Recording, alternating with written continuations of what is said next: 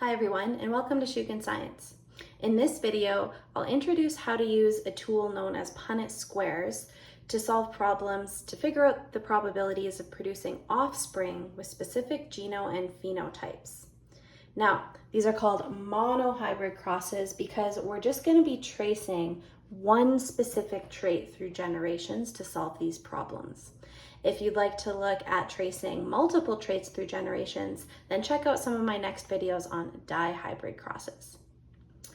So a monohybrid cross type question is actually relatively straightforward. There's just 4 general steps that you need to follow to solve some of these problems. And rather than just explaining each step individually, what I'm actually going to do is guide you through an example, because this is one of those concepts that kind of makes more sense once you just jump right into an example. So I'm going to continue using the example of eye color in humans.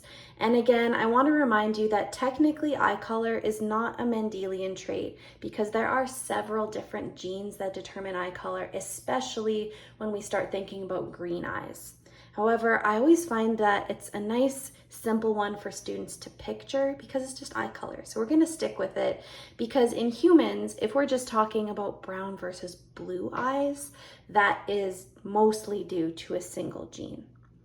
So before we can do any kind of problem solving to figure out probabilities or if these parents could produce this type of child, what we need to know is some background information about that trait, specifically the mode of inheritance.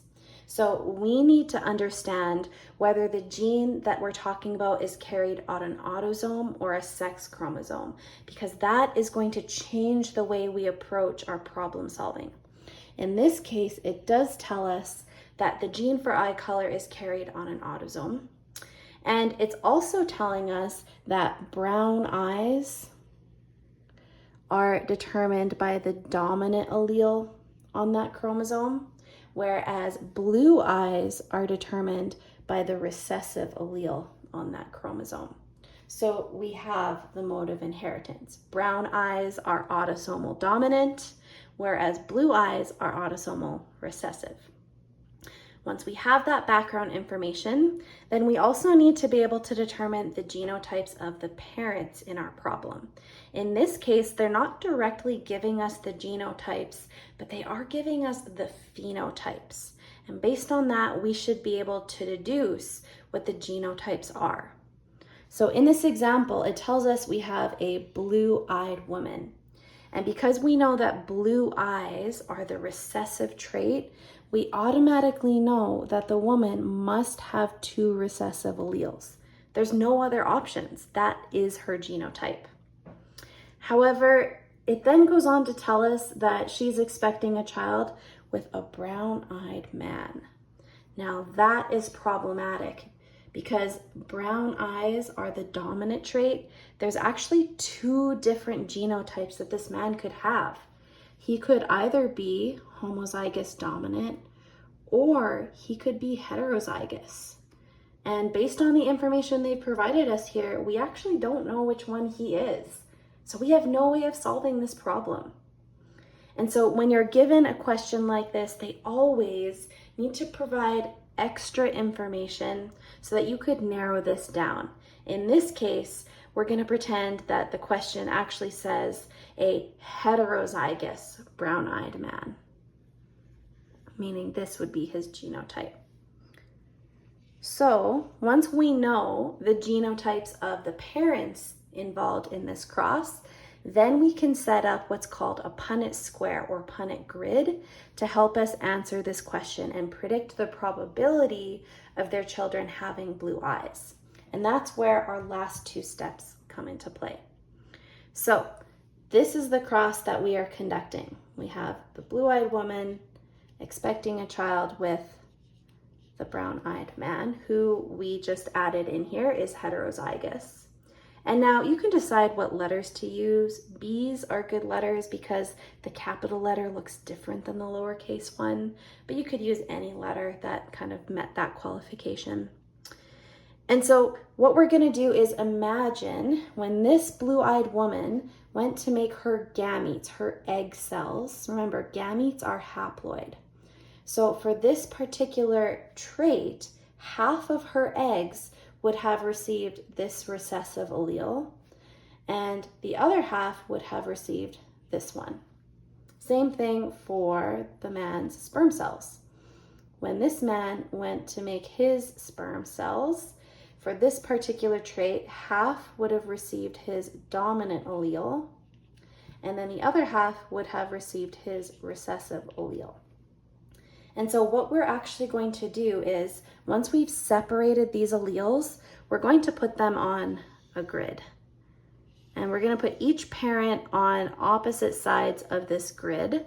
And it doesn't matter if the woman goes up here or here, either side is fine, as long as we separate the alleles properly. And again, that is because gametes are haploid. So this process of separating the genotypes into alleles, that's actually mimicking the process of meiosis. That's why when I put the man's genotype up here, I would never leave his two alleles together like that, because you wouldn't have a sperm cell with both alleles. Sperm cells are haploid. So once I have those genotypes of each parent split into individual alleles on opposite sides of a grid, then I can go ahead and bring together the different combinations. So for example, if this egg was fertilized by this sperm and those two alleles came together, this would be the genotype of the new zygote that was formed. Whereas if this egg was fertilized by this sperm cell, then this would be the genotype of the new zygote formed. And then all we're going to see down here is the exact same thing. Again, because the woman only has recessive alleles to donate, we're going to see another heterozygous option and another recessive option when those two come together. And so this process of bringing together the new alleles, that actually mimics the process of fertilization.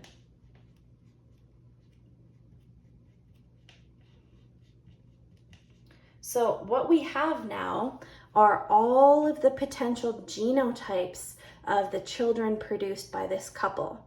And now we can obviously go ahead and answer the question being asked. We want to know the probability that their child will have blue eyes. So now, based on the 4 genotypes that are given, it looks like these two have a dominant allele, which means they're going to have brown eyes. Whereas these two have no dominant allele, so they are going to have the recessive characteristic of blue eyes. So then, to answer the question, we could either say 50% of the offspring produced will have blue eyes, or we could say 1/2. Either one would be fine in this case since it didn't specify. And the other thing to keep in mind here is that the sex of the parents and the sex of the child does not affect our answer in this case, because this is an autosomal trait. So it doesn't even need to say that the person with blue eyes is a woman and the person with blue eyes is a man. Because if it's an autosomal trait, then sex is irrelevant. If you'd like to see what a monohybrid cross looks like with sex-linked traits, then check out the next video. Thanks, everyone.